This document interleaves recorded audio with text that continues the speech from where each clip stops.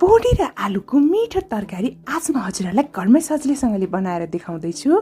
Greetings everyone, YouTube channel Amarpanchi food वर्ल्डमा हजुरहरूलाई धेरै धेरै स्वागत छ। यो बोडीको तरकारी चाहिँ बालबालिकादेखि वृद्धसम्म सबैले मन पराउने किसिमले मैले बनाउन जाँदैछु र घरमै पाइने सामग्रीहरूबाटै एकदम बाक्लो झोल भएको बोडीको एकदम स्पेशल तरकारी बनाएर देखाउँदैछु। सुरुमा एउटा प्रेसर कुकरमा एक दिन अगाडि भिजाएको करिब 200 ग्राम जति बोडीलाई राख्दैछु। भिजाउनु भन्दा अगाडिको 200 ग्राम हो है। र त्यसपछि यो दुईवटा आलुलाई राखेँ र यसमा 2 कप पानी राखेर लगभग 4वटा सिटी चाहिँ लगाउनु पर्छ है। हामीले यसलाई 4वटा सिटी लगाउँदैछौँ। मैले लसुन अदुवा 3 चम्चा जति यसरी थिचेकी थिएँ र त्यसमा चाहिँ मैले यसरी मरिच राख्दैछु 6-7वटा। यसलाई मजाले कुट्नु होला है।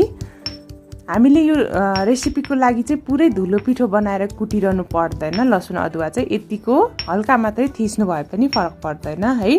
त्यसपछि चाहिँ मैले एउटा बाउलमा रातो धुलो खुर्सानी आधा चम्चा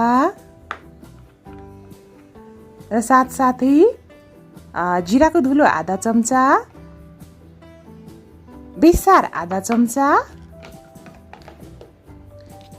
र धनियाको धुलो आधा चम्चा राख्न जाँदैछु है। त्यसपछि हामीलाई नहुने चिज भनेको सोप हो। सोप पनि आधा चम्चा चाहिन्छ। एकदमै टेस्ट मिठो बनाउँछ है।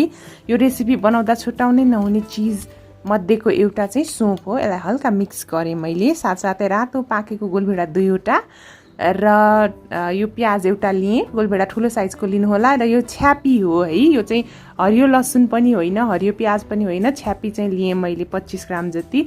एउटा तेजपत्ता र 2वटा रातो खुर्सानी लिएँ र तोरीको तेलमा बनाउँदा एकदमै मिठो हुन्छ। तेल मैले 4 चम्चा युज गर्दैछु र धनियाको पत्ताहरू लिएँ मैले 20 ग्राम जति। र यो मजाले 4वटा सिटी लगाइसकेपछि 2टा आलुमध्ये एउटा चाहिँ मैले पुरै म्यास गरेर एउटा चाहिँ टुक्रा टुक्रा गरेर काटेँ। त्यसपछि एउटा प्यानमा वा प्रेसर कुकरमा 4 चम्चा तेल तताउनु होला है। र तेजपत्ता र यसरी 2वटा रातो खुर्सानीलाई हल्का फ्राई गर्दैछु। यो रेसिपी बनाउँदाखेरि अर्को नहुने चिज भनेको छ्यापी हो। छ्यापीले एकदमै टेस्ट चाहिँ मिठो बनाउँछ। र त्यसपछि मैले यसरी प्याजलाई भुट्दैछु। प्याज चाहिँ पुरै गोल्डन ब्राउन नहुनुन्जेल मजाले भुट्नुपर्छ। यो एकदम मसिनोसँगले काटेको थिएँ मैले। करिब 2-3 मिनटमा यसरी मजाले गोल्डन ब्राउन हुन्छ, हेर्नु है त। र यतिको भइसकेपछि यसमा मैले अरू चिज थप्न जाँदैछु। र लसुन अदुवाको पेस्ट मैले राखेँ मरिच सुत्दै। र यतिखेरै हजुरहरूले स्वादअनुसार नुन पनि राखिदिनु होला है त। र त्यसपछि मसला पनि राखेँ मैले। नुन चाहिँ कतिको हजुरहरूलाई मनपर्छ त्यही अनुसार राख्नु होला। र खुर्सानी राख्दाखेरि पनि आफ्नो स्वादअनुसारले राख्नु होला है। बालबालिकाको लागि वा वृद्धका लागि हो भने चाहिँ खुर्सानी धेरै नराख्नु होला। बनाउन एकदमै सजिलो छ र बोडीले चाहिँ हाम्रो शरीरमा पनि सकारात्मक ऊर्जा प्रदान गर्छ है। यसमा भरपुर मात्रामा फाइबरहरू हुने भएकोले हामीलाई कब्जियत पनि गराउँदैन र यसमा प्रोटिनको मात्रा पनि एकदमै धेरै हुन्छ। दैनिक रूपमा हजुरहरूले 70 ग्रामसम्म बोडी खान सक्नुहुन्छ। गेडागुडीमा बोडीमा एकदमै धेरै प्रोटिन पाइन्छ र वेट लसमा पनि यसले एकदमै हेल्प गर्छ। वेट लस गर्ने हो भने चाहिँ तेल अलिक कम राखेर बनाउनु होला। र गोलभेडालाई पनि यसरी मैले छोप्दै पकाउँदै गरेँ। बिचबिचमा चाहिँ मजाले चलाइदिनुपर्छ है। गोलभेडा राखिसकेपछि तल मसला चाहिँ डढ्नु भएन। र 1-2 मिनट गोलभेडा पकाइसकेपछि अब मैले छ्यापीलाई राख्दैछु। छ्यापीले एकदमै टेस्ट मिठो गराउँछ। खास गरेर यो काठमाडौँमा चाहिँ छ्यापी चाहिँ मोमोमा पनि राख्ने गरिन्छ है। यसरी छ्यापीलाई राखेर हल्का यसरी फ्राई गर्ने। बिस्तारै बिस्तारै पाक्दैछ हाम्रो रेसिपी। खानालाई जति पेसेन्सले पकाउनु भयो त्यति नै मिठो र स्वादिलो हुने गर्दछ। हेर्नुहोस् है त। त्यसपछि आलु र म्यास गरेको आलुलाई पनि राखेँ। यो झोल बाक्लो होस् भनेर मैले म्यास गरेर आलुलाई राखेकी हुँ। हामीले मैदाहरू राखिरहनु पर्दैन झोल बाक्लो बनाउनुको लागि। बोडी र त्यो उमालेको पानी पनि सँगै राख्दैछु मैले है।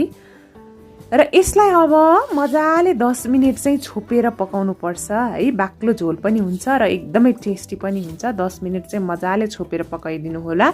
प्रेसर कुकरमा हो भने चाहिँ 2 वटा अझै सिटी लगाउनु पनि सक्नुहुन्छ है। प्यानमा हो भने 10 मिनेट मजाले पकाइदिने। यो रेसिपी चाहिँ मजाले रेडी हुँदैछ है। हजुरहरूलाई मैले अरू कुनै पनि रेसिपी बनाएको हेर्न चाहनुहुन्छ भने चाहिँ तल कमेन्ट सेक्सनमा कमेन्ट गरिदिनु होला है। भिडियो राम्रो लागे पनि नराम्रो लागे पनि एकचोटि कमेन्ट चाहिँ गरिदिनु होला। हजुरहरूको प्रतिक्रियाबाट नै मैले भिडियोमा सुधारहरू गर्नेछु। र मजाले पाक्दैछ है हाम्रो रेसिपी। खाना रोटी नान परोठा जेसँग खानु भए पनि हुन्छ। र थोरै छ्यापी राखेँ मैले। र ग्यास अफ गरेर मात्रै सधैँ हामीले धनियाको पत्ताहरू राख्नुपर्छ। हेर्नुहोस् त कस्तो खाउँ खाउँ लाग्दो बाक्लो झोल भएको बोडीको तरकारी रेडी भइसकेको छ।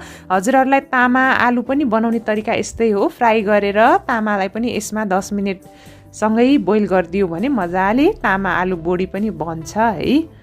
हेर्नुहोस् त कस्तो खाउँ खाउँ लाग्दो बाक्लो झोल पनि छ। हजुरहरूले मैदा आटा केही पनि युज गर्नु पर्दैन झोल बाक्लो बनाउनलाई। कुनै पनि तरकारीमा चाहिँ झोल बाक्लो बनाउने हो भने यसरी आलु एउटा म्यास गरेर राखिदिनु होला। एकदमै टेस्टी बन्छ है। आजको रेसिपी हजुरहरूलाई कस्तो लाग्यो मन पर्यो भने भिडियोलाई लाइक कमेन्ट र सेयर गर्न नबिर्सिनु होला। साथसाथै मेरो च्यानल अमरपन्ची फुड वर्ल्डलाई सब्सक्राइब गर्न पनि नबिर्सिनु होला है। र अब म टेस्ट गर्दैछु। मेरो नयाँ च्यानल अमरपन्ची न्युमरोलोजीलाई पनि सब्सक्राइब गरेर सपोर्ट गरिदिनु होला है। एकदमै टेस्टी बनेको छ है। नुन खुर्सानी चाहिँ आफ्नो टेस्ट अनुसार राख्न नबिर्सिनु होला। Thank you so much for watching. Have a nice day. Happy cooking. Bye by.